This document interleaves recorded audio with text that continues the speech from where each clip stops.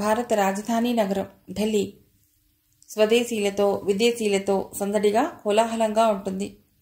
Visitors attract. Tea stall రష్గా ఉంది. Tea స్టాల్లో కూర్చుని tea తాగుతున్నాడు అగ్ని. కొత్తగా పెట్టినట్లున్నారు. ఈ మధ్యకాలంలో చూసిన గుర్తు లేదు. టీ చాలా బాగుంది. మరో కప్పు తెప్పించుకున్నాడు. టీ తాగుతూ దృష్టి బయటికి సారించాడు. 1/2 కిలోమీటర్ దూరంలో ఎత్తుగా కొత్త అందాలు సంతరించుకుంటున్న కాన్ఫరెన్స్ బిల్డింగ్ కనబడుతోంది. వారం రోజుల్లో అక్కడ ఒక మీటింగ్ జరగబోతోంది. దానికై సన్నాహాలు త్వరగా జరుగుతున్నాయి. అగ్ని దృష్టి అటు నుండి టీ స్టాల్లోకి వచ్చింది. కౌంటర్ దగ్గర కూర్చున్న వ్యక్తి వృద్ధుడు. జొన్న పీచు లాంటి గెడ్డం, లాల్చీ పైజామా, పైన నీలం రంగు మహ్మల్ వెస్ట్ కోట్ ధరించాడు. టీ అందించేవాళ్లు 4 ఉన్నారు. వారి వయస్సు దాదాపు 25కి 30కి మధ్యలో ఉండొచ్చు. ఆ టీ స్టాల్కి 4 సర్వర్లు అనవసరం అనిపించింది అగ్నికి. అగ్ని లేచి డబ్బివ్వడానికి వచ్చాడు కౌంటర్ దగ్గరికి. 10 రూపాయల నోట్ అతడికిస్తూ యథాలాపంగా పక్కకి చూశాడు. సర్వర్స్ 4 నల్లగా సన్నగా చువ్వలా ఉన్న వ్యక్తి తనని తదేకంగా చూడటం గమనించి చూపు మరల్చుకున్నాడు. చిల్లర తీసుకుని బయటకొచ్చాడు అగ్ని. ప్యాంటు జోబులో చేతులు పెట్టుకుని ఆలోచిస్తూ నడుస్తున్నాడు. అతడి ఆలోచనల వేగానికి టీ స్టాల్లోని వ్యక్తి మరుగున పడ్డాడు. 10 రోజుల కిందట శ్రీలంకలోని తమిళుల సమస్య గురించి చర్చించేందుకు భారత రాష్ట్రపతి పంపిన ఆహ్వానం శ్రీలంకలోని భారత హైకమిషనర్కి అందింది. భారత హైకమిషనర్ ఆ లెటర్ని శ్రీలంక ప్రెసిడెంట్కి అందజేశారు. ఆ లెటర్లో ఇలా ఉంది: భారత్ శ్రీలంక స్నేహ సంబంధాలు కేవలం ఇరుగు పొరుగు దేశాలు మాత్రమే కాకుండా ప్రత్యేకించి మీ దేశంలో భారతీయుడైన ఓ మహోన్నత వ్యక్తి స్థాపించిన మతానికి మీ దేశీయులు అధిక సంఖ్యలో వారసులవ్వటం మన మధ్య స్నేహబంధాన్ని మరింతగా గట్టిపరుస్తున్నాయి. ప్రస్తుతం జరుగుతున్న పోరాటంలో కొద్ది కాలం క్రితం భారతదేశం నుండి వలస వెళ్లిన అనేక మంది తమిళులు ప్రధాన కారణం కావటం భారత్కి ఎంతో మనస్తాపం కలిగిస్తున్న చర్య. మీ క్షేమాన్ని కోరే భారత శాంతి సేనని మేం పంపడం జరిగింది. కొన్ని రాజకీయ కారణాల వల్ల పూర్తి శాంతి చేకూర్చకమునిపే శాంతి దళాన్ని మీరు భారత్కి పంపడం మీరెరుగున్నదే. అయితే శ్రీలంకలోని అలజడులకు కారణం అని చెప్పుకుంటున్న కొన్ని వర్గాల వారు భారత్ శాంతిసేన వెళ్ళిపోతే చాలు, మేం శాంతియుతంగా పరిష్కారం చేసుకుంటాం అని చెప్పారు. కానీ అందుకు భిన్నంగా ఈరోజు దాకా జరుగుతున్న మారణకాండ చూస్తుంటే వారంతా మన ఇరు దేశాల వారిని తప్పుదో పట్టించారేమని అనిపిస్తోంది. ఆర్థికంగా సామాజికంగా అమాయక ప్రజలు మోసపోతున్న తీరు చూసి అనతి కాలంలో ఒక పరిష్కారానికి రావటానికి వెంటనే ఇందుకు సంబంధించిన ప్రభుత్వ కార్యాచరణ సంఘాన్ని ఇక్కడకు పంపించినచో అతి త్వరలో శ్రీలంకలో శాంతిని స్థాపించవచ్చని మేము నమ్ముతున్నాం. ఈ ఆహ్వానాన్ని సమ్మతించి వారు 3 సభ్యులున్న ఓ కార్యాచరణ సంఘాన్ని నిశ్చయించారు. ఆ సంఘంలో ప్రధాని, విదేశాంగ మంత్రి కాక స్థితబోధి చేరటం ఒక్కసారి అందరినీ ఆశ్చర్యపరిచింది. డీజీపీగా స్థితబోధి కార్యనిర్వహణ తీరు, అతడు శాంతి స్థాపనకై సల్పిన కృషి సమర్థతలకి ఫలితంగా అతన్ని హోంశాఖ కార్యదర్శిగా నియమించారు. కనుక వారితో పాటు స్థితబోధి కూడా ఇండియా వస్తున్న వారిలో ఉన్నాడు. ఈ 3 చర్చలకై ఇండియా వెళ్లనున్నట్లుగా లెటర్ భారత్ హైకమిషనర్కి వెళ్ళిపోయింది. సడన్గా జీప్ పక్కన ఆగటంతో తలెత్తి చూశాడు అగ్ని. అతడి ఆలోచనలకి ఫుల్ స్టాప్ పడింది. లోపలున్న వ్యక్తి అతడిని చూస్తూ, ఇదేమిటి కాలినడకన వస్తున్నారు, రండి అన్నాడు. అగ్ని జీపెక్కి కూర్చున్నాడు. అతడు సీరియస్గా ఆలోచిస్తుండటం చేత అవతలి వ్యక్తి పలకరించలేదు. వారం తిరిగొచ్చింది. ఆ రోజు ఇందిరాగాంధీ ఇంటర్నేషనల్ ఎయిర్పోర్ట్లో శ్రీలంక ఎయిర్లైన్స్ విమానం ఆగింది. ప్రోటోకాల్ని అనుసరించి భారత ప్రధాని, విదేశాంగ శాఖ మంత్రి, ఇతర కార్యదర్శులు సాదరంగా వచ్చిన వారిని ఆహ్వానించారు. ఎయిర్పోర్ట్ అంతా పత్రికా ప్రతినిధులతో నిండిపోయింది. కెమెరాల క్లిక్ శబ్దాలు సందడిలో కలిసిపోయాయి. సాధారణ సంభాషణల తర్వాత అతిథుల్ని తీసుకుని కార్లు వెళ్ళిపోతున్నాయి. దారి పొడవునా పిల్లలు భారత్, శ్రీలంకల జెండాలు పట్టుకుని నిలబడి ఉన్నారు. శ్రీలంక ప్రధాని వారి వైపు చూస్తూ చిరునవ్వులతో చేతులు ఊపారు. ఆ మధ్యాహ్నం నుండే చర్చలు ప్రారంభమయ్యాయి. కాన్ఫరెన్స్ హాల్ చుట్టూ బ్రహ్మాండమైన కట్టుదిట్టాలు చేయబడ్డాయి. మిలిటరీ చుట్టూరా కాపలా ఉంది. పంజాబ్ సమస్యతోనే సతమతమవుతున్న ప్రభుత్వం ఇప్పుడు ఏదైనా గొడవ జరిగితే శ్రీలంకతో శాశ్వత వైరం కొని తెచ్చుకున్నట్లవుతుంది. ఓ పక్క నెత్తిపై కుంపటిలా కాశ్మీర్ సమస్య. కాశ్మీర్ని తన దేశంలో కలుపుకోవాలని పాకిస్తాన్ శతధా ప్రయత్నిస్తోంది. ఆ ప్రయత్నాల్లోని భాగాలే కాశ్మీర్లో అల్లర్లు, లూటీలు, దహనకాండలు. ఓ పక్క పంజాబ్ టెర్రరిస్టులకు, మరో పక్క కాశ్మీర్ ఉగ్రవాదులకు శిక్షణ ఇచ్చి భారత్ ఆంతరంగిక వ్యవహారాల్లో జోక్యం చేసుకుంటూ భారత్లో ఆందోళనకి దారితీసింది. పైన ఈ విధంగా ఉంటే కింద శ్రీలంక సమస్య. తమిళులో ఊచకోతకి నిరసన తెలిపాము. శ్రీలంక కోరిక మీదే శాంతిసేన పంపబడింది.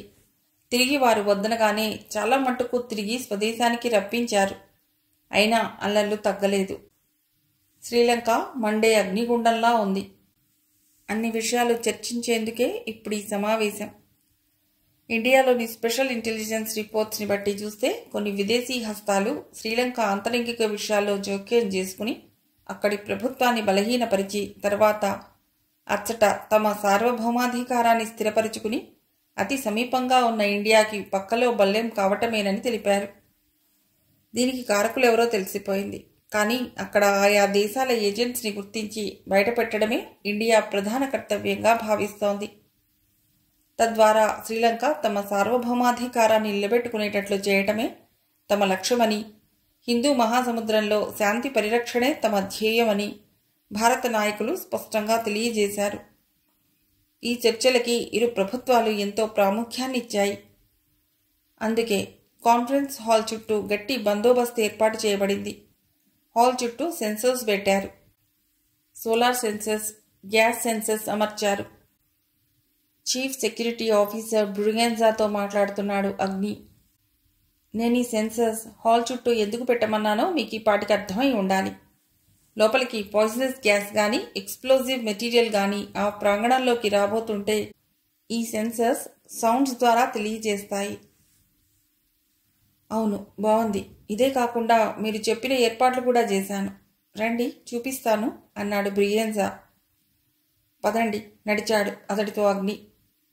ఓ గదిలో 4 కుక్కలు, ఒక పిల్లి ఉన్నాయి. అవి ప్రత్యేకంగా శిక్షణ ఇవ్వబడ్డవి. గుడ్. ఇంకో 10 నిమిషాల తర్వాత వీటిని విడిచిపెట్టండి. బిల్డింగ్ అంతా ఓ రౌండ్ కొట్టేస్తాయి.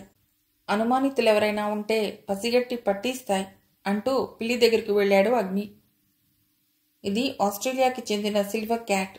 దీనికి కూడా ప్రత్యేకంగా శిక్షణ ఇవ్వటం జరిగింది అంటూ దానితో పని చేయించుకోవటానికి ఇవ్వవలసిన గుర్తులు, సూచనలు చెప్పాడు అగ్ని. ఫ్రెండ్లీ మూమెంట్ చూపించాడు అగ్ని. పిల్లి అతడి వైపు ఒకసారి చూసి దగ్గరికొచ్చింది. అగ్ని చేయి చాచి దాన్ని ఎత్తుకున్నాడు. Hi little master, how are you అన్నాడు.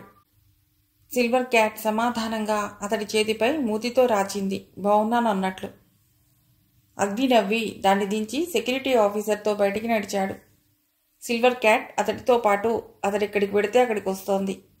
మిగతా ఏర్పాట్లు చూస్తూ పెడుతున్నాడు అగ్ని. అతడిలా పిల్లిని వెంట పెట్టుకుని తిరగటం కొందరికి ఆశ్చర్యాన్ని, కుతూహలాన్ని కలిగించింది. అక్కడ ఎవరికి అగ్ని ఎవరో తెలియదు.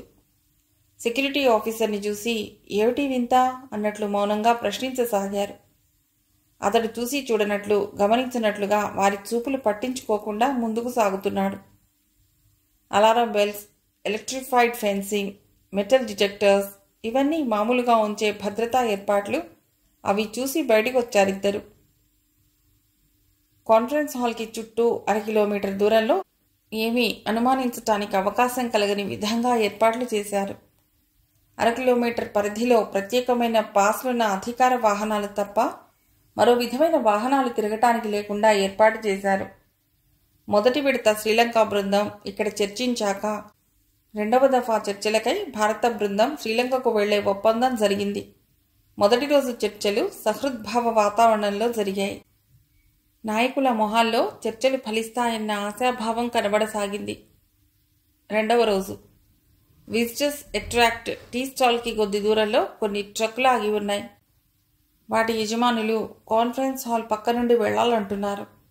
2 గజాలకొకరు చొప్పున నిలబడ్డ సెక్యూరిటీ గార్డ్స్ వారిని వారించారు. కొద్దిసేపు ఇరుపక్షాల మధ్య వాగ్యుద్ధం జరిగింది. ఆ తర్వాత వాళ్ళు ట్రక్కులు వదిలి తమ వాణ్ణొక్కడిని అక్కడ కాపలా ఉంచి వెళ్ళిపోయారు. పోతూ, పాస్ లేనంత మాత్రాన మమ్మల్ని ఆపుతారా? ఈ ట్రక్కులెవరివో తెలుసా అన్నారు. ఎవరివైనా గాని పాస్ చూపించనిదే వెహికల్ని ఈ దారి గుండా వెళ్లనివ్వం, ఖచ్చితంగా చెప్పాడు గార్డ్. మంత్రిగారితో చెప్దాం పదండి అంటూ పొలోమని వెళ్ళిపోయారు వాళ్ళు వెళ్ళి గంట అయింది. ట్రక్లో ఉన్నతను ట్రాన్సిస్టర్ ఆన్ చేసి పాటలు వింటున్నాడు. అప్పటికి 2 సార్లు ట్రక్కులో ఉన్న ఫ్లాస్క్ తెరిచి కాఫీ తాగాడు. మరో గంట గడిచింది. పోయిన వాళ్ళు ఇంకా రాకపోవటంతో అతడికి చాలా చిరాగ్గా ఉంది. వాళ్ళొచ్చే దారివైపు మాటిమాటికి చూడసాగాడు. ఇంతలో టీ స్టాల్లో నుండి చువ్వలా పొడుగ్గా ఉన్న వ్యక్తి ఎలుకల బోన్తో బయటికొచ్చాడు. ఇళ్ల మధ్యలో వదిలితే జనం తిట్టిపోస్తారు. దూరంగా తీసుకెళ్లి వదలాలని వెడుతున్నాడు. పక్కకి మలుపు తిరిగాడు. ఓ అరగంట తర్వాత అతడు ఖాళీ బోన్తో వస్తున్నాడు. ఇంతలో వెళ్ళిన వాళ్ళంతా వచ్చారు. ట్రక్కులు వెనక్కి మళ్ళాయి. అది గమనించి గార్డ్స్ ముసిముసి నవ్వులతో వీళ్ళ మమ్మల్ని కాదనేది అన్నట్లు విజయగర్భంతో చూశారు వాళ్ల వైపు. 10 నిమిషాల తర్వాత అగ్ని గబగబా కాన్ఫరెన్స్ హాల్లోకి వెళ్ళాడు. సిల్వర్ క్యాట్ తోక మీద 3 సార్లు తట్టాడు. అది ఒక్కసారి అతడి వైపు చూసి చెంగున గెంతినట్లుగా పరిగెత్తుకుంటూ వెళ్ళిపోయింది. కాన్ఫరెన్స్ హాల్ పరిసరాలంతా ప్రతి కార్నర్ గాలించసాగింది సిల్వర్ క్యాట్. అలా గాలిస్తూ బిల్డింగ్ వెనక భాగం వైపు వచ్చింది. అక్కడ నీటి గొట్టం పక్కగా తడి ఉన్న చోట కొత్తగా బొరియ చేసుకుంటూ లోపలికి పోవటానికి తంటాలు పడుతోందో ఎలక. కొంచెం ఆగి మొహం పైకెత్తి ఇంత కష్టపడకుండా లోపలికి వెళ్లే మార్గం మరేదీ లేదా అన్నట్లు పైకి పక్కలకి చూస్తోంది. ఏమీ లాభం లేదనుకుందో ఏమో, మళ్ళీ శరీరశ్రమే పడుతోంది. ఒక్క క్షణం దాన్ని అలాగే చూసి తటాలన మీద పడి నోట కరుచుకుని వెనక్కి పరిగెత్తింది సిల్వర్ క్యాట్. 2 నిమిషాల్లో అది అగ్ని దగ్గరకు వచ్చింది. దాన్ని చూస్తూనే శభాష్ అన్నాడు అగ్ని. బ్రిగెన్సాకేం అర్థం కాలేదు. సహజంగా పిల్లి ఆహారం ఎలుక. ఎలుక కనిపిస్తే పిల్లి వదలదు కదా. ఇందులో ప్రత్యేకత ఏముందని ఎలుక మూతి కొద్దిగా కొరికివేసింది. బుద్ధి పోనిచ్చుకున్నావు కాదు అంటూ దాని నోటి నుండి ప్రాణావశిష్టంగా ఉన్న ఎలుకని బయటికి లాగాడు అగ్ని. ఎలుక శరీరమంతా నొక్కి చూశాడు. తోకవైపు 2 సార్లు నొక్కి చూసి మై గాడ్ అంటూ తన చేతి సంచిలో దాన్ని పడేసుకుని బయటికి పరిగెత్తసాగాడు. బ్రుగాన్సా ఆశ్చర్యంగా చూశాడు. ఇతడికి పిచ్చిగాని ఎక్కలేదు కదా అనుకున్నాడు. అగ్నిని గార్డ్స్ కూడా ఆశ్చర్యంగా చూడసాగారు. వాట్ హ్యాపెన్ సార్ అని ఒకరిద్దరు అతడి దగ్గరికి రాబోయారు కూడా. ప్లీజ్ డోంట్ మూవ్ అని అరుస్తూనే బయటకు వచ్చేశాడు. కారులోకి దూకినట్లుగా కూర్చుని స్టార్ట్ చేశాడు. కారు రయ్యిన దూసుకుపోయింది. విజిటర్స్ అట్రాక్ట్ హోటల్ దగ్గరికి వచ్చేసరికి స్లో చేశాడు అగ్ని. సంచిని టీ స్టాల్ మీదికి విసిరేసి స్పీడ్గా పోనిచ్చాడు. అతను ఆ వీధి చివరిదాకా అయినా పోలేదు. టీ స్టాల్ గోడలు పెద్ద ప్రేలుళ్లతో గాల్లోకి లేచాయి. Hotel Hilton, last chamber. Bharat exports and imports office door తెరుచుకుని లోపలికి ప్రవేశించాడు అగ్ని. విష్ చేస్తూ వచ్చాడు. చైర్మన్ భట్టాచార్య అతన్ని చూస్తూనే రారా ఏటంత ఆలస్యం చేశావు? గంట బట్టి వెయిట్ చేస్తున్నాం నీకోసం అన్నారాయన. అగ్ని ఆయనకు ఎదురుగా కూర్చున్నాడు. ఆయన అగ్నివైపు చూస్తూ ప్రధాని నీకు తన అభినందనలు తెలియజేయమన్నారు. మొన్నటి నీ సెక్యూరిటీ ఏర్పాట్లు సలహాలు జాగ్రత్తగా ఉండబట్టే గొప్ప ప్రమాదం నుండి బయటపడ్డా. టీ స్టాల్లోని వ్యక్తులంతా చనిపోయినట్లేనా? అగ్ని ఆయన అభినందనల్ని తలవంచి అందుకుంటూ పోయారనే అనుకుంటున్నా, తారసపడనంత వరకు అని ఆగాడు. చిరునవ్వుతో తనే అడిగాడు, ఇంతకీ ఆ చర్చల ఫలితాలు? అవును కదూ అంటూ భట్టాచార్య శ్రీలంకకి సంబంధించిన ఫైల్ తీసి అతడి ముందుకి నెడుతూ భారత్ శ్రీలంకల మధ్య కొన్ని ముఖ్యాంశాల్లో ఒప్పందం జరిగింది. అందులో మొదటిది శ్రీలంక తూర్పు ఉత్తర ప్రాంతాల విలీనం. రెండవది తమిళ రాజకీయ డిటెన్యూలకు క్షమాభిక్ష. మూడవది ఎమర్జెన్సీ ఎత్తివేత అన్నారు. చాలా ముఖ్యమైన విషయాల్లో ఈ ఒప్పందం కుదరటం ఇరు దేశాల ప్రజలకి ఆనందం కలిగిస్తుంది. కేవలం ప్రజా విముక్తి పెరమున సిలన్ స్ప్రింగ్లను అణిచివేయటమే ప్రధాన కార్యక్రమంగా పెట్టుకున్నారే గాని అసలు సమస్యల జోలికి పోలేదు వారింకా. ఇప్పటికైనా శ్రీలంక అధ్యక్షులు ఒప్పందంలోని ఈ అంశాలు అమలు జరిపితే శాంతియుత పరిస్థితులు ఏర్పడతాయి. అందుకు తగిన గట్టి చర్యలు ఆయన తీసుకోగలగాలి. అవి అమలు కావాలి అన్నాడు అగ్ని. అంటే అమలు కావని మీ ఉద్దేశమా? అవును, అమలు కానివ్వరు. అక్కడ శాంతి ఏర్పడటం కొందరికి ఇష్టం లేదు కదా. ఆగాడతడు. ఆ కొందరిని కొద్దిసేపు అవతల ఉంచుదాం. ఎన్నికల నిర్వహణ కూడా ఆ ఒప్పందంలో అతి ముఖ్య భాగం. సింహళ భాషతో సమంగా తమిళ భాషను శ్రీలంక అధికారిక భాషగా చేయాలని శాసనం తేబోతున్నారు. శ్రీ జయవర్ధనే ఈ ఒప్పందంలో ప్రధానాంశాల అమలుకు సిద్ధమైనారంటేనే ఆయన తన దేశంలోని జాతుల సమస్యను పరిష్కరించాలని ఆతృత కనబరుస్తున్నట్లే అవగతమవుతోంది. అదీగాక ఆయన ఇప్పుడు అంగీకరించిన ఈ అంశాలన్నీ తమిళ ప్రజల చిరకాల వాంఛితాలే కదా. అగ్ని ఆయన చెప్తున్నది వింటున్నాడు. ఇవన్నీ అమలు జరగటం ఒప్పందంపై సంతకం చేసినంత తేలిగ్గాదు. భారత శాంతిసేన 5 రోజుల పాటు కాల్పుల విరమణకు కూడా ఒప్పుకుంది అన్నారాయన. అగ్ని ఏం మాట్లాడకపోవటం గమనించి, నీ ఎఫర్ట్స్ ఎంతవరకు వచ్చాయి అన్నారు. వ్యక్తులను గుర్తించడం దాకా వచ్చాను. అందరికీ వెనక ఉన్న ఆ అజ్ఞాత హస్తం ఏదో తెలుసుకుంటే నిమిషాల మీద మిగతా అలసడినంతా సప్రెస్ చేయొచ్చు. భట్టాచార్య రెండవ వైపునున్న డ్రాయర్ సొరగులాగి దానిలో నుండి ఒక స్టెన్ గన్ తీసి అతనికి అందించాడు. అగ్ని దాన్ని అందుకుని చూశాడు. దానిపై సిక్ ఇండియా అని ఉంది. అంటే settling instruments company India limited. మన దేశంలోనే ఉందా? కనుమొమలు ముడుస్తూ అడిగాడు అగ్ని. ఆయన లేచి నిలబడి కిటికీ దగ్గరగా వచ్చారు. అతని వైపు తిరిగి, ఈ స్టెన్ గన్ని మొన్న శ్రీలంక బృందం అందించారు. ఈ గన్స్నే వారి దేశంలో విప్లవకారులు ఎక్కువగా ఉపయోగిస్తున్నారట. ఇవి మన కంట్రీలో తయారయ్యే ఆయుధాలని దాని మీద ముద్ర చెప్తోంది కదా అని వచ్చి ఇంటర్కామ్లో 2 కాఫీ అని చెప్పారు. అగ్ని ఆ గన్ని శల్య పరీక్ష చేస్తూ వింటున్నాడు. మీ దేశం నుండి ఆయుధాల సరఫరా అవుతున్నాయి. ఓ వైపు శాంతి ప్రయత్నాలు, రెండో వైపు ఆయుధాల అందింపు. ఈ డబుల్ గేమ్కి అర్థం ఏమిటని అడిగారు వాళ్ళు. ఇంతలో కాఫీలు వచ్చాయి. కాఫీలు తీసుకున్నారు ఇద్దరు. అసలు ఇవి మన దేశంలో ఎక్కడ తయారవుతున్నాయి, వాళ్ళకెవరి ద్వారా చేరుతున్నాయో కనుక్కుని వెంటనే స్టాప్ చేయించే ఏర్పాటు చూడు అన్నారు ఆయన తన తోలు సంచి అతనికిస్తూ. అగ్ని ఆ సంచిలో గన్ను ఉంచి దాన్ని మూతి బిగించి లేచి మళ్ళీ కలుస్తాను అన్నాడు. అగ్ని ఆ గన్ తీసుకుని బయటకొచ్చాడు. కారులో అతడు యామ్యునైజేషన్ లైసెన్స్ డిపార్ట్మెంట్కి వెళ్ళాడు. స్టెనో దగ్గరికి వెళ్ళి, excuse me madam, licence controller brigadier మల్హోత్రాని కలుసుకోవటానికి వచ్చాను అన్నాడు. జస్ట్ ఎ మినిట్ అంటూ ఇంటర్కామ్లో ఆయనతో వెంటనే మాట్లాడిందా అమ్మాయి. అతడి వైపు తిరిగి చక్కటి ఇంగ్లీష్లో, 1 నిమిషం తర్వాత మీరు బ్రిగేడియర్ మల్హోత్రాని కలవచ్చు అంది. అతడెవరో ఆమె కనుక్కోలేదు. కానీ అతడి రూపం, మాట తీరు అనుమానాస్పదంగా కనపడలేదు సరికదా. ఆ విగ్రహం, సూటిగా చూసే కళ్ళు, గంభీరమైన ఆ మూర్తి ఆమెకు గౌరవంతో కూడిన భయాన్ని కలిగించింది. థ్యాంక్ యూ అని అతడు అక్కడే ఉన్న సోఫాలో కూర్చున్నాడు. ఓ నిమిషం తర్వాత లోపల నుండి కొందరు బయటికి వచ్చారు. ఆ తర్వాత తను లోపలికెడుతూనే విష్ చేశాడు అగ్ని. బ్రిగేడియర్ మల్హోత్రా అతడిని నఖశిఖ పర్యంతం పరీక్షగా చూశాడు. తననెవరు పంపింది చెప్పాడు అగ్ని. అది వినగానే ఆయన వెంటనే లేచి నిలబడి అగ్నితో కరచాలనం చేసి సీట్ ఆఫర్ చేసి, చెప్పండి, మీకేం సహాయం చేయాలి? నేను నా సర్వీసెస్ ఉపయోగించుకుంటే సంతోషిస్తాను ఎంతో మర్యాదగా అడిగాడు ఆయన. అగ్ని సంచిలో నుండి స్టెన్ గన్ బయటికి తీసి డ్రాయర్ మీద ఉంచుతూ, ఈ గన్స్ భారతదేశంలో తయారవుతున్నాయా? ఈ గుర్తుగల కంపెనీ అనేది ఒకటి మన దేశంలో ఉందా? ఉంటే వారి యాన్యువల్ సప్లై ఎంత? భారత్లో ఎంత ఉపయోగిస్తున్నారు? విదేశాలకు ఎంత ఎగుమతి చేస్తున్నారు? వివరాలు కావాలి. కాస్త త్వరగా ఇవ్వగలిగితే మరీ మంచిది అన్నాడు. బ్రిగేడియర్ మల్హోత్రా ఆ గన్ని తీసుకుని పరీక్షగా చూసి, ఇదసలు మన దేశంలో తయారు కాబడింది కాదు, అయినా నేను ఇది అనలైజేషన్కి పంపి రిపోర్ట్ తెప్పిస్తాను అంటూ ఇంటర్కామ్లో ఎవరినో పిలిచాడు. 2 నిమిషాల్లో అతను వచ్చాడు. ఆ గన్ అతడికిచ్చి, దీనికి సంబంధించిన అనలైజేషన్ రిపోర్ట్ మధ్యాహ్నానికల్లా కావాలి, వెరీ అర్జెంట్ అన్నాడు మల్హోత్రా. ఎస్ సార్ అంటూ గన్ తీసుకుని వెళ్ళిపోయాడు అతడు.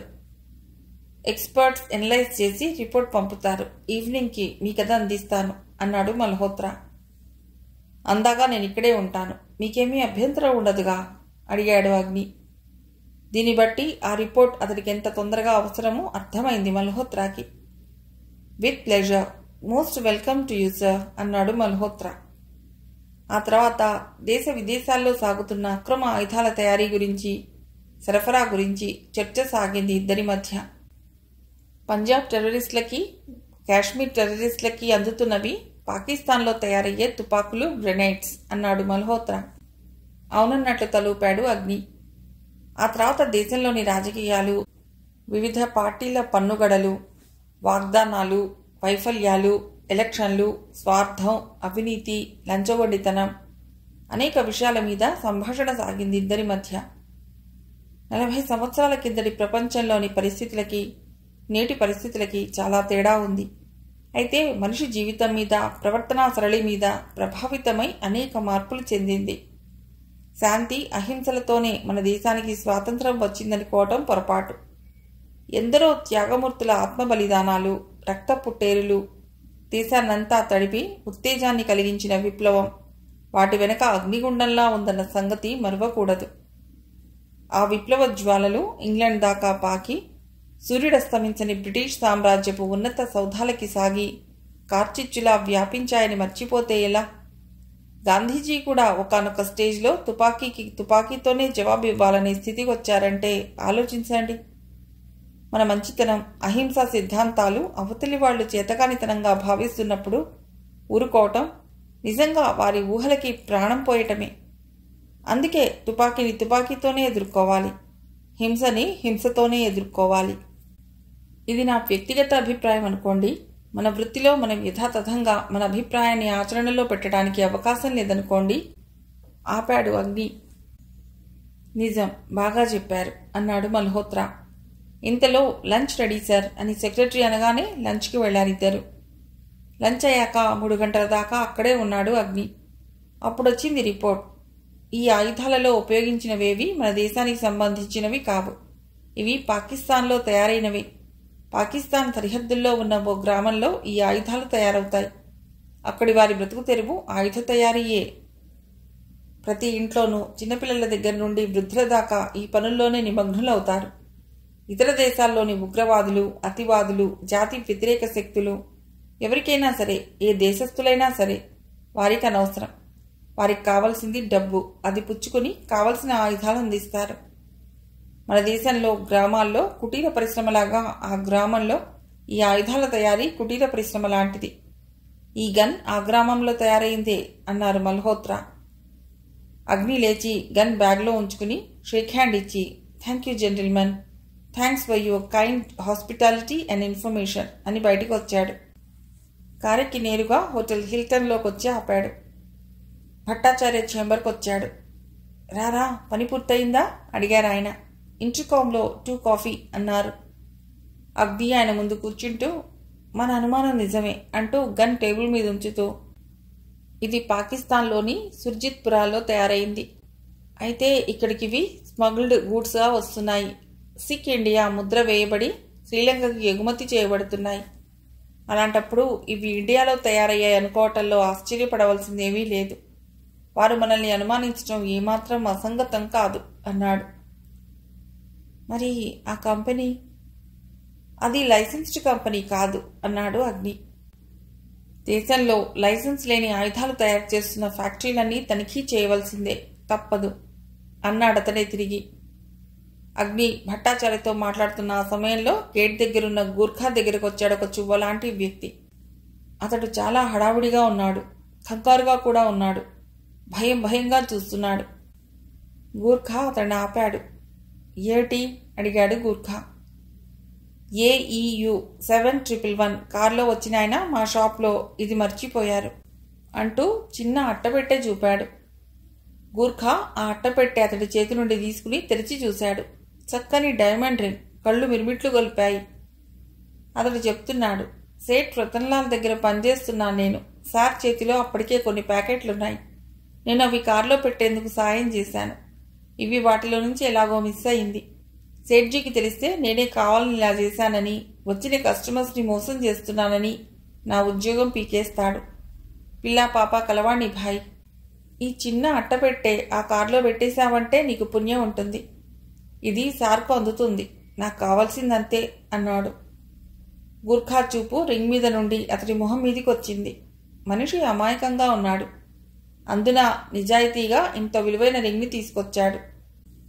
నిజాయితీకి రోజులా ఇవి?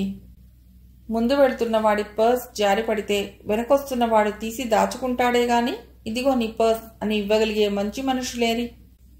అలాంటి ఈ రోజుల్లో వీడింత నమ్మకంగా ఎలా ఇవ్వగలిగాడు? గూర్ఖా ఒక్క క్షణం ఆలోచించి, అవును, నెంబరేం చెప్పావు? అయినా ఆ కారు ఇక్కడికే వస్తుందో నీకెలా తెలుసు? అడిగాడు. సేట్తో మాట్లాడుతుంటే విన్నాను. 6:30 దాకా ఈ హోటల్లోనే ఉంటానన్నారు. అందుకే వెంటనే ఇక్కడికి వచ్చేసాను అన్నాడు. నెంబర్ ఎంత? AEU 7111 అన్నాడా వ్యక్తి. అని మెల్లిగా గూర్ఖా వైపు తిరిగి, చూడు, సాయంకాలం మా ఇంటికి రా, అర్థమైందా? గుంభనంగా నవ్వాడతడు. నీ సాయం ఉంచుకోన్లే అన్నాడతడే. గూర్ఖా కళ్ళు చిట్లించి చూసి తర్వాత తను చిన్నవ్వు నవ్వి, వస్తా, ఎక్కడా ఇల్లు అడిగాడు. అడ్రస్ చెప్పాడతడు. నోట్ చేసుకున్నాడు గూర్ఖా.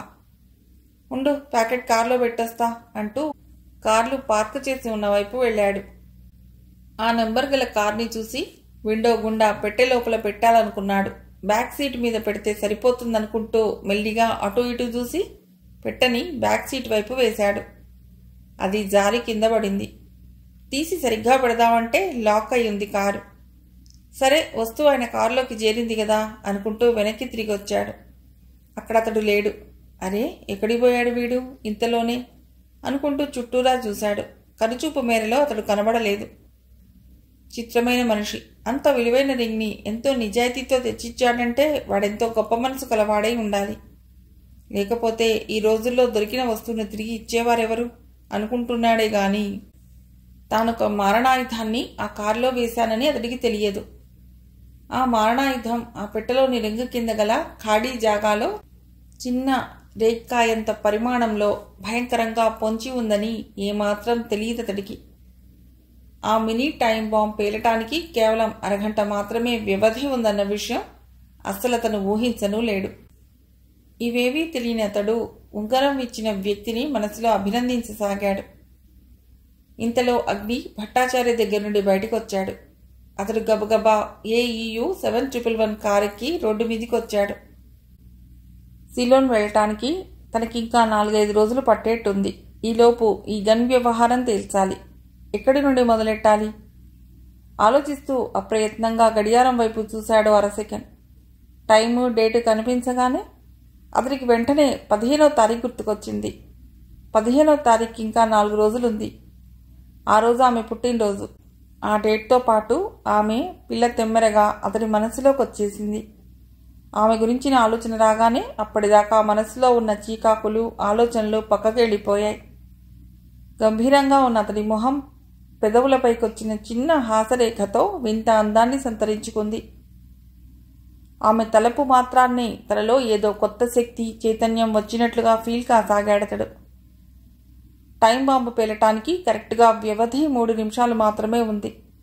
మృత్యువు తన సీటు కింద తనకై పొంచి ఉందని ఏమాత్రం ఊహించని అగ్ని భావనాలోకంలో విహరిస్తూ కారు స్పీడ్గా పోనిస్తున్నాడు. దేహివాలి, బంపల్ వాటియా ఏరియాలో 3 వంతులు తమిళులు, 1 వంతు సింహళులు ఉన్నారు. అదంతా ఇండస్ట్రియల్ ఏరియా. 100 ఇండస్ట్రియల్ ప్లాంట్స్, 20కి పైగా టెక్స్టైల్ మిల్స్, ఫ్యాక్టరీలు, టీ గోడౌన్లు మొదలైనవి ఆ ప్రాంతంలో ఉన్నాయి. అవన్నీ తమిళులకి చెందినవే.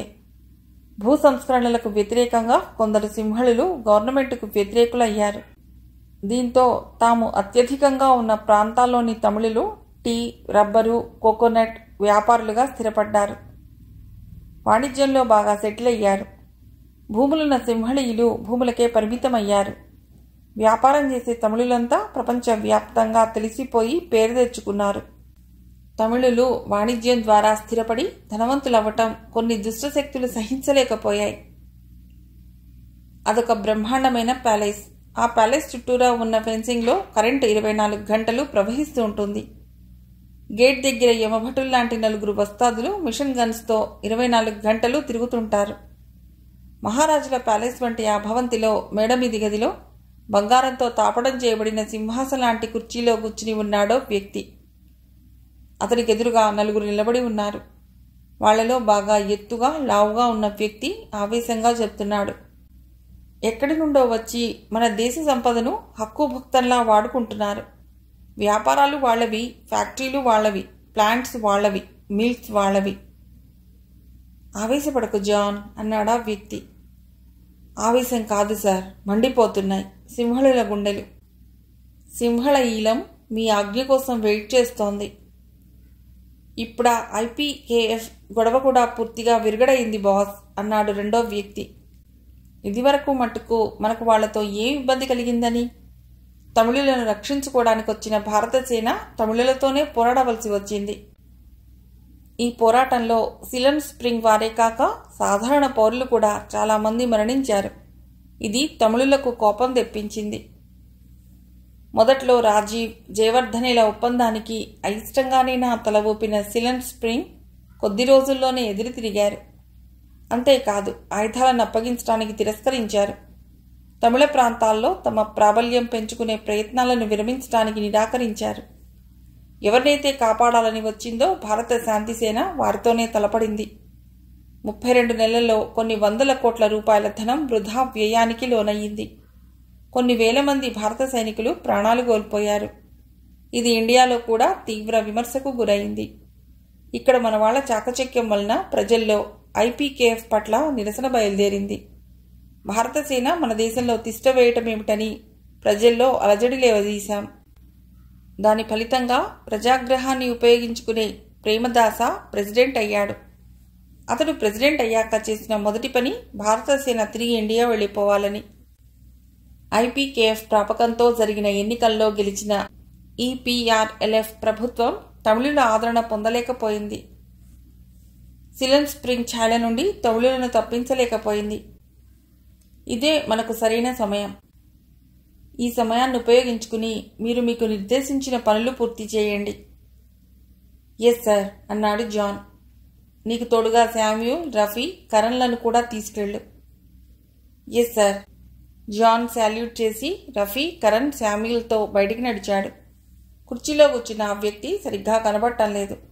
అతడు తాగుతున్న ఖరీదైన సిగరెట్ పొగ మట్టుకు తగలబడుతున్న వస్తువుల నుండి వచ్చే ధూమంలా వస్తోంది.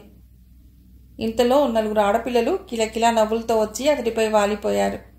వారు అందించే ఖరీదైన డ్రింక్తో పాటు వారి సౌందర్యాన్ని కళ్ళతో తాగుతూ ఆ వ్యక్తి ఆనందిస్తున్న సమయంలో రాత్రి 9 గంటలు దాటుతోంది.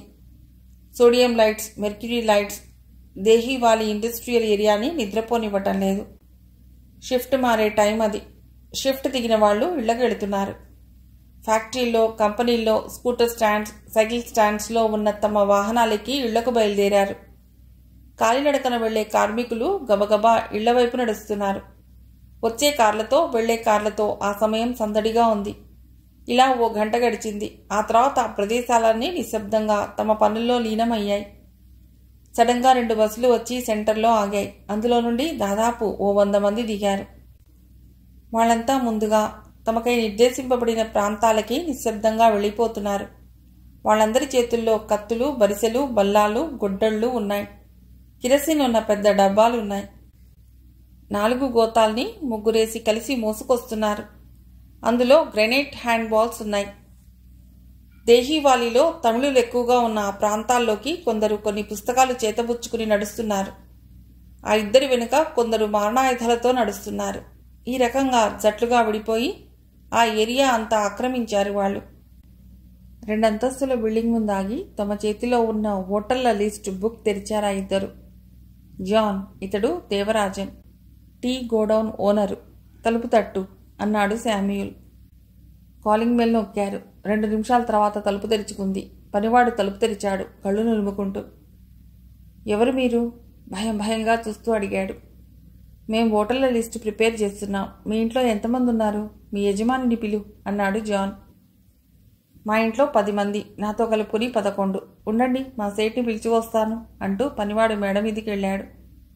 2 నిమిషాల తర్వాత నైట్ గౌన్తో నిద్రాభంగం చేసినందుకు విసుగ్గా చూస్తున్న నిద్ర కళ్లతో మేడమెట్ల మీద నిలబడి, ఎవరు మీరు? ఇంత రాత్రివేళ ఓటర్ల లిస్ట్ ఏమిటి? చిరాగ్గా అడిగాడు. అతడి మాటలు ఇంకా పూర్తి కాలేదు. జాన్ వెనక నుండి గబగబా ఓ 25 మంది లోపలికొచ్చి దేవరాజన్ను, పనివాణ్ణి కత్తితో పొడిచారు. ఏమిటి అన్యాయం? ఎవరు మీరు? ఎందుకు నన్ను చంపుతున్నారు? బాధగా రైలింగ్ పట్టుకుని వంగిపోతూ అడిగాడు దేవరాజన్. అతన్ని తన్నుకుంటూ కిందికి నెడుతూ పైకెళ్ళిపోయారు. వద్దు వద్దు, వాళ్ళనేం చేయకండి, బాధగా అరిచాడు దేవరాజన్. పైకి పోయే వాళ్లలో ఒకడు గొడ్డలి అతడి కడుపులోకి దించేశాడు. రక్తం చిమ్మి వాడి బట్టల్ని తడిపేసింది. అతడు వేసిన భయంకరమైన కేకతో పాటు పైనున్న వాళ్ల ఆర్తనాదాలు కలిసిపోయాయి. ఆ ఇంటిని సర్వనాశనం చేసి వికృతంగా నవ్వుకుంటూ బయటికొచ్చారు. 2 గ్రెనేడ్స్ తీసి ఆ ఇంటిపైకి విసిరారు. విపరీతమైన శబ్దాలతో ఆ ఇల్లు కూలిపోసాగింది. ఆ శబ్దానికి భయపడిన జనం బయటికొచ్చి చూడసాగారు. బయటికొచ్చిన వారిని వచ్చినట్లుగా నరికేస్తున్నారు. ఓటర్ల లిస్టులో తమిళుల పేర్లు చూసి ఇంటికి వెళ్లి తలుపు తట్టి వాళ్ళని లేపి మరీ చంపేశారు. గుడిసెలపై కిరోసిన్ పోసి తగులబెట్టారు. ఇళ్లపై గ్రెనేడ్స్ వేసి ధ్వంసం చేశారు. శామ్యూల్ని, కరణ్ని ఈ పనికి వినియోగించి జాన్, రఫీని కొందరిని తీసుకుని ఫ్యాక్టరీల వైపు వెళ్ళాడు. ఈ గొడవల్లో భయంతో ఇల్లు వదిలి పారిపోతున్న జనాలపై విచక్షణారహితంగా బాంబులేశారు. దూరం నుండి వస్తున్న ఈ శబ్దాలకి, ఈ అలజడిని కుమరన్ ఆశ్చర్యంగా పరికిస్తూ మళ్ళీ ఈ సిలన్ స్ప్రింగ్ మీద పడ్డట్టున్నారు. ఒరేయ్ మురుగా, షాపుల షట్టర్ దించేయమని కుర్రవాళ్లకు చెప్పు అరిచాడు. దేహివాలీలో పెద్ద షాపింగ్ కాంప్లెక్స్ కుమరంది.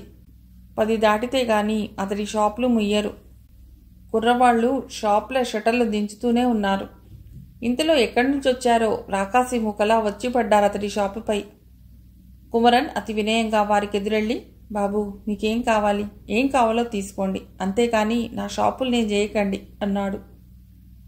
అతని భయాన్ని గమనించి అంతా విరగబడి నవ్వారు. పొయ్యంట్రా కిరసిన్ అన్నాడు కరణ్. అంతే ఓ పెద్ద టిన్లో కిరసనాయిల్ అతడి షాపు మీదికి వెదజల్లారు. కుమరన్ లబోదీబం అన్నాడు. షాపుల్లో పనిచేసే గుమాస్తాలు, కుర్రాళ్ళు ఈ జనాన్ని చూడగానే షాపుల్ని వదిలేసి పారిపోయారు. అగ్గిపుల్ల గీసి పడేశాడు శామ్యూల్. భగ్గున అంటుకున్నాయి మంటలు. అయ్యో అయ్యో, నా షాపులు, నా బట్టల షాపులు, నా స్టీల్ సామాన్ దుకాణాలు, నా కిరాణా షాపులు, నా ఫ్యాన్సీ షాపులు, నా ఎలక్ట్రానిక్ షాపులు. బాబు ఊరుకోండి, మీకు కావలసినంత డబ్బు తీసుకోండి. ఆ టీవీలని, వీసీఆర్లని విరగొట్టకండి. బాబు మీకు దండం పెడుతున్నాను. మీకెంత కావాలో తీసుకోండి, షాపుల్ని నాశనం చేయకండి. ఈ అన్యాయం ఆపండి బాబు, ఆపండి అంటూ శామ్యూల్ కాళ్ళు పట్టుకుని బిగ్గరగా ఏడవసాగాడు కుమరన్. అతని ఏడుపు చూసి వారింకా పగలబడి నవ్వుతున్నారు. కుమరన్, నీకింత ఆస్తి ఎందుకురా? దాన్నొదిలి నీవు ఉండలేవు కదూ పాపం. ఒరేయ్, వీడి ఆస్తితో పాటే తగలేయండిరా అనగానే కుమరన్ ప్రాణభీతితో పారిపోయాడు. అతన్ని 10 గజాలు కూడా పోనివ్వలేదు వాళ్ళు. ఎత్తుకు తీసుకెళ్లి ఆకాశాన్నంటే ఆ మంటల్లో పడేశారు. ఆ అగ్నిజ్వాలల్లో కుమరన్ ఆర్తనాదాలు వాళ్ల చెవులకి ఆనందాన్ని కలిగిస్తుంటే మరోవైపుకి నవ్వుకుంటూ పోయారు. గ్రెనేడ్స్ శబ్దాలతో ఇండస్ట్రియల్ ప్లాంట్స్ కుప్పగూలిపోతున్నాయి. ఫ్యాక్టరీలు, కంపెనీలు, గోడౌన్లు బాంబుల దాడితో ముక్కలు చెక్కలైపోతున్నాయి. దోసిలితో పువ్వులు పైకి వెదజల్లిన తీరుగా ఫ్యాక్టరీల, కంపెనీల భవనాలు పునాదులతో సహా ఆకాశంలోకి ముక్కలు చెక్కలుగా లేస్తున్నాయి. గోడలు పైకి విసురుగా పడుతున్నాయి. ఈ మధ్యలో జనం చేసే హాహాకారాలు, విస్ఫోటనం జరిగినప్పుడు వినబడే భయంకర శబ్దాలతో ఆ ఏరియా ప్రతిధ్వనిస్తోంది. ప్రాణాలు అరచేత పట్టుకుని ఇళ్ళు, వాకిళ్ళు, ఆస్తిపాస్తులు వదులుకుని కట్టుబట్టలతో తల్లిదండ్రుల్ని, భార్యాబిడ్డల్ని, అన్నదమ్ముల్ని, అక్క చెల్లెళ్లని తీసుకుని ఏదో దారిన ప్రాణాలు కాపాడుకోవటానికి పరిగెడుతున్న ప్రజా గుంపులపై కత్తులు, బరిసెలు కరుకు కసాయితనాన్ని చూపించాయి. గొడ్డళ్ళు రక్తంతో తడిశాయి. ఈ ప్రపంచంలో అన్నిటికన్నా అతి తేలికైనది మనిషి ప్రాణం తీయటం అన్నది నిరూపితమైందా రోజు. ఆ రాత్రి దేహివాళి, బంపర్ వాటియా ప్రాంతాల్లో సాగిన విధ్వంసకాండ, మారణకాండ శ్రీలంక చరిత్రలో జరగలేదు. రక్తం ఏరులయ్యింది. ఇళ్ళు, ఫ్యాక్టరీలు, కంపెనీలు, గోడౌన్లు ముక్కలు చెక్కలయ్యాయి. ఆ మారణహోమం మానవత్వానికి మాయని మచ్చయ్యి నిలిచింది. కరకు కసాయి గుండెలు మండించిన రక్తపు జ్వాలలవి. తెల్లవారేసరికి ఈ వార్త దావానలా దేశమంతా పాకింది. ఈ వార్త చదివి ప్రజలు భయభ్రాంతులైపోతున్నారు. ఫైర్ సర్వీసెస్ వెంటనే వెళ్లిపోయాయి. అక్కడి మంటలు ఆర్పటానికి 4 రోజులు పట్టింది. ఆ మారణకాండలో బలైన ప్రజా శవాల్ని వెలికి తీయటానికి ప్రభుత్వానికి 15 రోజులు పట్టింది. పేపర్ చూస్తున్న శక్తి కళ్ల ముందు ఆ ఏరియా కదలాడసాగింది. చెండి ఆమె చదవటం లేదని గ్రహించి తానే పేపర్ తీసుకుని చదవసాగింది. ఆ విధంగా తమిళులపై ఓపెన్ అటాక్ చేసి ఊచకోత కోశారు. ప్రభుత్వం వారి లెక్కల ప్రకారం మరణించిన వారి సంఖ్య దాదాపు 4,000 మంది. 1,00,000 మంది నిరాశ్రయులయ్యారు, ఉపాధి కోల్పోయారు. అనేక మంది వికలాంగులైనారు. గాయాలు తగిలిన వారు వేల సంఖ్యలో ఉన్నారు. వీరందరినీ ప్రభుత్వం సుమారు 6 నెలలు పోషిస్తే గాని మనుషులుగా మారరు. వీరందరికీ కనీసం తిండి, బట్ట, నీడ, ఆశ్రయం కల్పిస్తే ప్రభుత్వానికి అయ్యే ఖర్చు 2,000 మిలియన్ల రూపాయలు. ఇది దేశాన్ని మరింత ఆర్థిక సంక్షోభంలో పడేసిన ఘోర దుర్ఘటన. ఈ నాశనం చేయబడ్డ ఫ్యాక్టరీలో, కంపెనీల్లో, షాపుల్లో పనిచేసే అనేక వేల మంది శ్రీలంకీయులకు కూడా ఆధారం పోయింది. వారంతా నిరాశ్రయులయ్యారు. ఈ ఘోర దుర్ఘటన పట్ల ప్రభుత్వానికి తమ తీవ్ర వ్యతిరేకతను తెలుపుతున్నారు. శక్తి ఆలోచనలను గమనించి చెండి పేపర్ చదవటం ఆపి లోపలికెళ్ళింది. శక్తి మెదడులో మథనం జరుగుతోంది. ఆమె కళ్ళు అనంతమై గంభీరమైన సాగరం వైపు చూస్తున్నాయి. ఈ అగ్ని ఏమైనట్లు ఇంతకాలం ఎక్కడున్నాడు? దూర తీరాల్లో ఉన్న అతడికై మనస్సు అగ్ని అగ్ని అని పిలుస్తోంది. ఢిల్లీ, జూన్ 15వ తారీఖు. 7111 నెంబర్ గల కారులో పేలుడు సంభవించటం వలన కారు దగ్ధం అయింది. ఆ కారులో ఉన్న వ్యక్తి అక్కడికక్కడే మరణించాడు. ఇటువంటి ఎక్స్ప్లోజన్ ఈ నెలలో నగరంలో ఇది 2వసారి జరగటం. ఈ దుర్ఘటనకు వెనుక గల కారణాలను క్రైమ్ బ్రాంచి అధికారులు పరిశోధిస్తున్నారు. వివిధ పత్రికలు ఈ వార్తను ప్రముఖంగా ప్రకటించాయి. టీవీలో, రేడియోలో ఈ విషయం చెప్పబడింది. నగరంలో జరుగుతున్న హింసాకాండలకిది మచ్చుతునకగా పేర్కొనబడింది. కారులో ప్రయాణిస్తున్నది సిక్కు అని కొందరు, కాదు హిందూ అని కొందరు స్థానికులు చెప్పారు. అతని మీద కక్షతో ఈ పని చేయబడిందని, ఇది మత కలహానికి సంబంధించిన ప్రీ ప్లాన్డ్ మర్డర్ అని కొందరు అభివర్ణించారు. ఆ రోజు ఈ వార్త ఎక్కడ ఏ నోట విన్నా పలు రకాలుగా చెప్పుకోబడుతోంది. ఇది జరిగిన మర్నాడు భట్టాచార్య ఎదురుగా నిలబడి ఉన్నాడో వ్యక్తి. ఎత్తు సుమారు 6 అడుగుల 3 అంగుళాలు. కనుగుడ్లు పిల్లిగుడ్లలా ఉన్నాయి. రఫ్గా ఉన్న తైల సంస్కారం లేని ఎర్రటి గిరజాల జుట్టు. ఉక్కుతో తయారు చేయబడిన మనిషిలా అనిపిస్తున్నాడు. Mister Sagar, welcome to the new assignment అన్నారు భట్టాచార్య.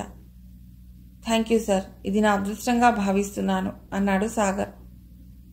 గుడ్. నగరంలోని యాక్సిడెంట్స్ గురించి ఆపారాయన. నాకు తెలుసు సార్. వీటినెవరు చేయిస్తున్నారో గెస్ చేయగలను. గూర్ఖాను హత్య చేయటంతో నా అనుమానం బలపడింది. నా మనసులో ఓ పథకం రూపుదిద్దుకుంటోంది. అది చెప్పుకుపోతున్న అతడి పెదవులు ఒక్క క్షణం ఆగాయి. అతడు మెల్లగా ఒక్కో అడిగే వెనక్కి వేస్తూ వెళ్ళి సడన్గా డోర్ లాగాడు. దాన్ని ఆనుకుని చెవియా నుంచి నిలబడ్డ వ్యక్తి బోర్లా పడబోయి రెడీగా పట్టుకున్న పిస్టల్ని సాగర్ కేసి గురిపెట్టి కాల్చి నిలదొక్కుకోలేక వెల్లకిలా పడ్డాడు. సాగర్ ఎడమకాలు ఊహించని మెరుపు వేగంతో అతడి చేతిని తన్నటం, పిస్టల్లో నుండి వచ్చిన బుల్లెట్ గురి తప్పి సాగర్కి బదులుగా గోడకి తగలటం జరిగింది. సాగర్ ఎడమ చేతితో వేసిన దెబ్బకతను కింద పడ్డాడు. సాగర్ కుడికాలు అగంతకుడి మెడపై పడింది.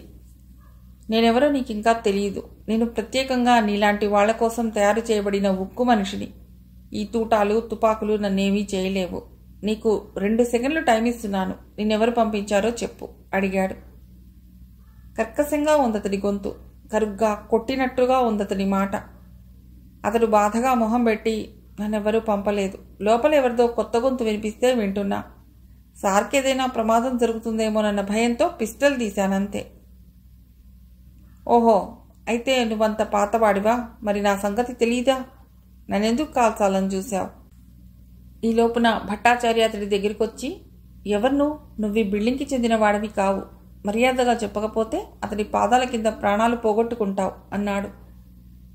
అతడేం మాట్లాడలేదు.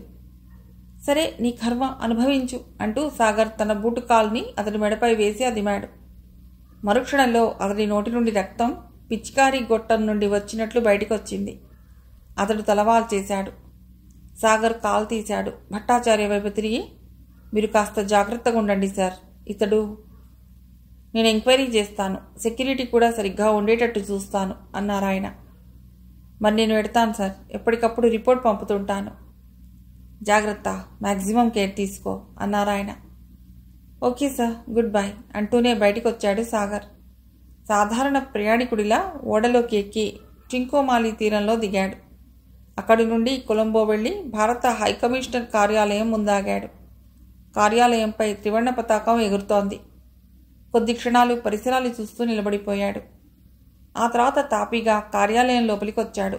కవర్ ఒకటి సెక్రటరీకి ఇచ్చాడు. సెక్రటరీ లోపలికి వెళ్ళాడు. కొద్ది క్షణాల్లో బయటకొచ్చి రమ్మంటున్నారు అన్నాడు ఆశ్చర్యంగా అతన్ని చూస్తూ. సాగర్ లోపలికి వెళ్ళాడు. అతన్ని చూస్తూనే కమిషనర్ సాదరంగా ఆహ్వానిస్తూ, రండి, ఎప్పుడొచ్చారు అన్నాడు సీట్ ఆఫర్ చేస్తూ. ఉదయమే అన్నాడు సాగర్ కూర్చుంటూ. నా వలన మీకు కావలసిన సాయం ఏమిటి చెప్పండి, తప్పకుండా చేస్తాను అడిగాడు ఆయన. సాగర్ తనకేం కావాలో, ఆయన ఏం చేయాలో వివరంగా చెప్పి బయటకు వచ్చేశాడు. వచ్చే ముందు తన డ్రెస్ చేంజ్ చేసుకుని మరీ బయటపడ్డాడు. అటు ఇటు చూసి తనెవరూ ఫాలో కావటం లేదని గ్రహించాక తాపీగా నడుస్తూ కొద్ది దూరంలో ఉన్న హోటల్ శ్రియాలో అడుగుపెట్టాడు. అదొక 5 స్టార్ హోటల్.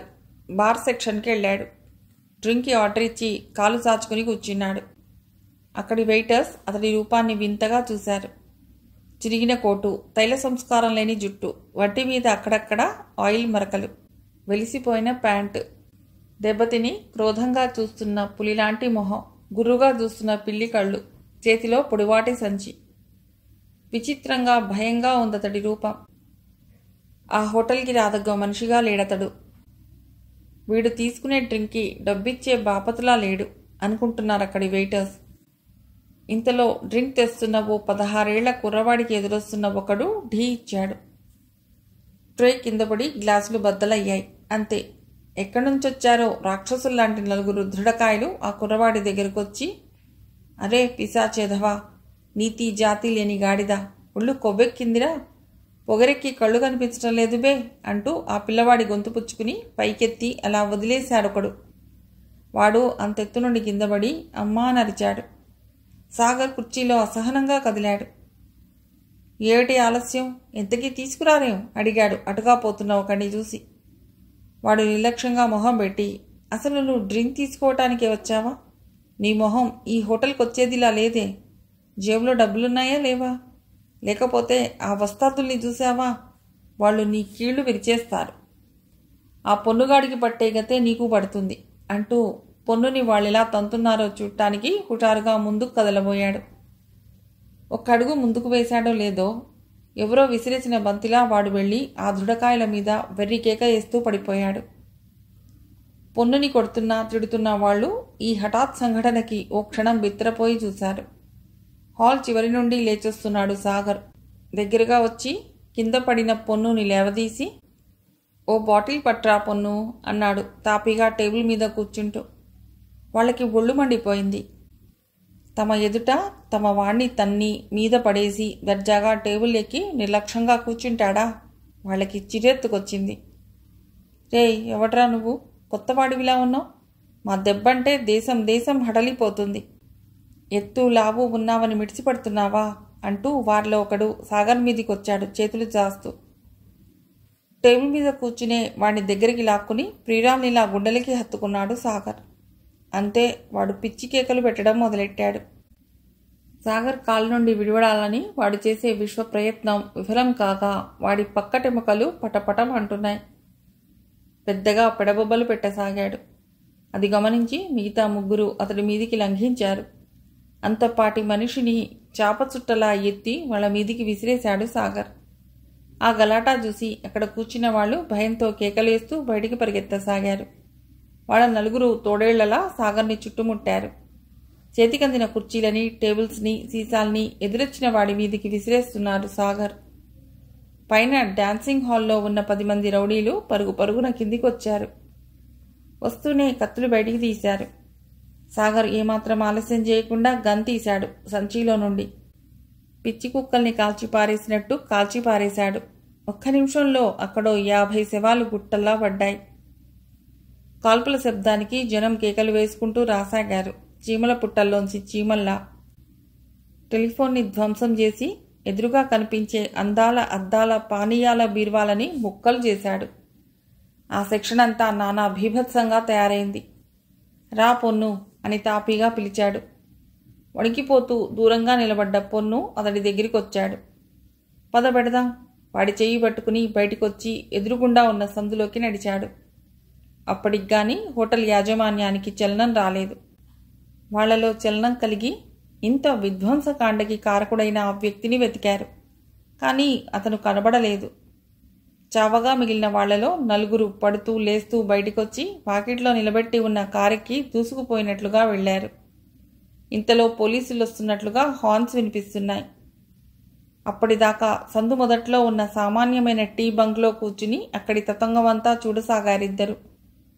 పొన్ను సాగర్ని చూస్తూనే, సార్ మీరెవరు? మీరు సామాన్యులు కాదు సార్. మీరు సిలన్ స్ప్రింగా? సివిపీనా? ఎవరు సార్? అడిగాడు ఆత్రంగా. నేనే పార్టీకి చెందినవాణ్ణి కాదు అన్నాడు సాగర్. కాదా? కాకపోతే మీరు ఆ మహావీరదూత మనుష్యుల్ని ఎలా కొట్టగలిగారు సార్? అమ్మో, వాళ్ళు మనుషుల రూపంలో ఉన్న రాకాసులు గదా. సమయానికి ఈరోజు మీరు నా ప్రాణాలు కాపాడారు. లేకపోతే వాళ్ళీ పూట నన్ను చంపేసేవాళ్ళు. అంత చిన్న తప్పుకేనా? నేను చిన్న తప్పు చేసినా బాగా కొడతారు. నేనిక్కడ భారత తమిళుణ్ణి కదా. నాకైతే ఇక్కడుండి ఇన్ని బాధలు పడుతూ చస్తూ బతకాలం లేదు. మా పూర్వీకులు భారతదేశం వాళ్ళట. నేను ఇండియా పోదాం అనుకుంటున్నా అన్నాడు కన్నీళ్లతో. కానీ మా అమ్మే రానంటుంది. మా నాన్న, తాత, ముత్తాత, మా వంశీయులంతా ఇక్కడే పుట్టి ఇక్కడే మట్టిలో కలిసిపోయారు. తను ఇక్కడే ఈ మట్టిలో కలిసిపోవాలట. ఆ ముసల్దాన్ని వదిలి నేనెలా పోను? మీరే చెప్పండి సార్. కన్న తల్లిని వదిలిపోవటం ఎంత కసాయివాడైనా చేస్తాడా? కళ్ళు తుడుచుకుంటూ అన్నాడు. సో ఇదన్నమాట నీ కథ. నీకేం భయం లేదు పొన్ను. నువ్వు శక్తి సేవాశ్రమానికి వెళ్ళు. నీ తల్లిని కూడా తీసుపో. మీకక్కడ ఆశ్రయం దొరుకుతుంది. ఈ అలజడులు తగ్గేదాకా అక్కడే ఉండండి అన్నాడు సాగర్. నేను ఆ సేవాగ్రామి గురించి విన్నా గానీ అక్కడ రోగులు, దెబ్బతిన్న వాళ్లకే ఆశ్రయమట కదా. నాకేం రోగమని నన్ను రాణిస్తారు? నీ పరిస్థితి అంతా శక్తితో చెప్పు. ఆమె నీకు, నీ తల్లికి ఆశ్రయం ఇస్తుంది. వెళ్ళు, త్వరగా వెళ్ళు. లేకపోతే వీళ్ళు నిన్ను బయట ఉంటే నా గురించి చెప్పమని ప్రాణం తీస్తారు అన్నాడు సాగర్. అయితే మీరు నా వెంట రారా సార్?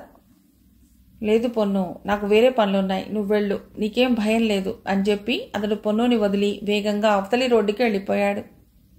మిగిలిన కథ తర్వాతి భాగంలో.